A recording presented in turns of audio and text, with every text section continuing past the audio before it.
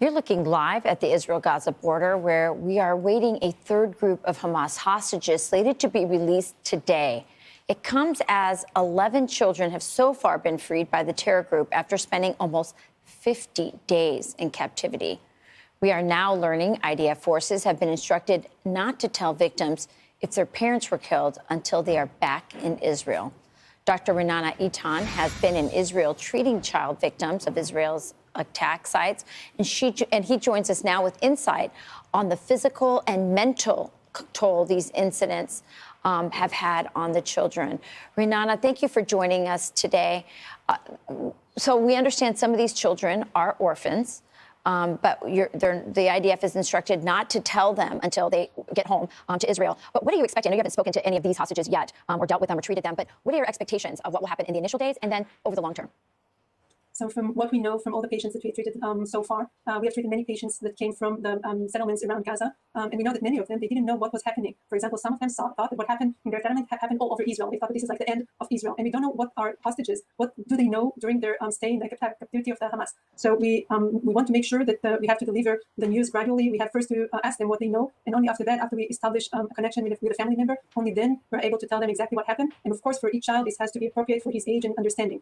Yeah, I mean, I just remember seeing that footage of the terrorists, rocking babies. I mean, this is not just traumatic for those children, but for the family members to know that they were, there for 50 days and not knowing what was happening to them and what they saw. I will say, Doctor, I was surprised at some of the condition of the children. They were running towards their parents. They seemed to be healthier than I would have expected. But what are you also doing to, prepare the parents for this reentry of their children? So if the parents are with us, for example, in this case where the father was with us, so of course we said there's a special social worker and a psychologist that work with the family and try to explain them how to react to the child. The children are mostly happy at the beginning, but we know that after a few hours or days, they can ask questions. Why didn't you come to rescue me?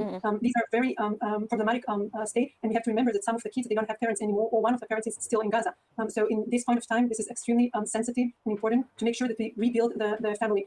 Usually when we treat children after traumatic events, the parents are very important. We know that we cannot treat the children without the parents, and here some of the parents are traumatized themselves. Yeah. They were in the captivity of Hamas themselves, and they can have PTSD. And we have to treat the child with the parents, and sometimes the parents are missing, or there are other tragedies in the families, or close friends of the children that are coming back. And we know that from what we've already done with these children, and now we are just another step with treating these children. Is the PTSD symptoms worse if you're younger or if you're an older teen, in your experience? It's not always PTSD. Sometimes it could be developmental delay. It could be that a child refuses to leave the room. For example, we had 2 girls refuse to leave the room for over a month that we met them at the hotels in Tel Aviv. They were evacuated from Kfar Aza, and they just arrived and they refused to leave. We had sirens in Tel Aviv, and some of them were panicked during the sirens. So it's not necessarily PTSD. We can see somatizations. They feel, some somatic things. It's not the regular PTSD that we see with adults. It's emotional dysregulations syndromes, a lot of separation anxiety. So this is a mixture of mental disorders that we want to prevent. We want to treat those children so they will not develop other symptoms in PTSD. Yeah, there's no question this has to have disrupted their entire sense of security. It's so wonderful that there are people like you in a profession like yours that is so important for helping people get back on track and finding some sort of peace after a traumatic experience like this. So we're so grateful for the work that you do. Thank you, Dr. Ra'anana Eitan. Thank you for joining us. Thank you very much.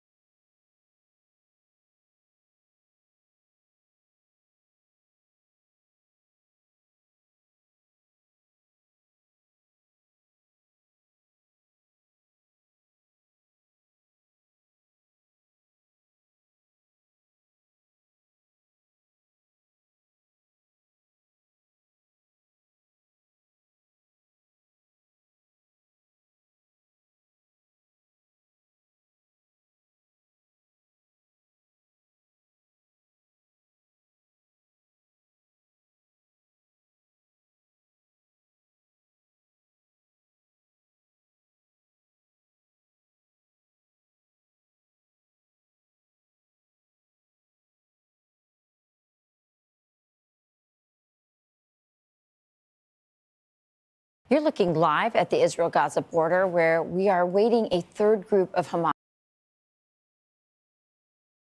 You're looking live at the Israel-Gaza border, where we are waiting a third group of Hamas